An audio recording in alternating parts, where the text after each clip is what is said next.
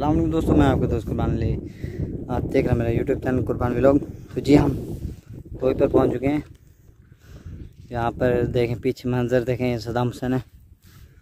और हमने ये सांप, आप देखें, मैं आपको सांप दिखाता हूँ। सांप का बच्चा ये देखें भाई, ये सांप का बच्चा बैठा हुआ है,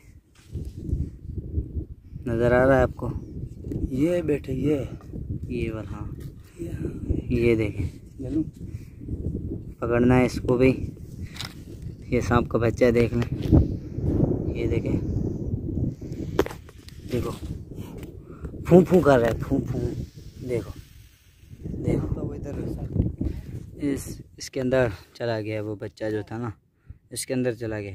सांप अपने बिल के अंदर बढ़ गया, इसके अंदर चला गया, ठीक है ना। ये देख लें, इसके अंदर वो बच्चा था ना, वो चला गया, ठीक है। अगर वीडियो आपको अच्छी लगी तो वीडियो को लाइक करना है, चैनल पे हुए तो चैनल को लाजमी सब्सक्राइब लाजमी करें, पर वो आपके लिए हम मेहनत करते हैं। सब्सक्राइब करें, बेल के नोटिफिकेशन को लाजमी ऑन करें। तो मैं आपको थोड़ा सा रोई दिखा देता हूँ। ठंडी हवा चल रही है, ठीक है। और ये स्कूल है,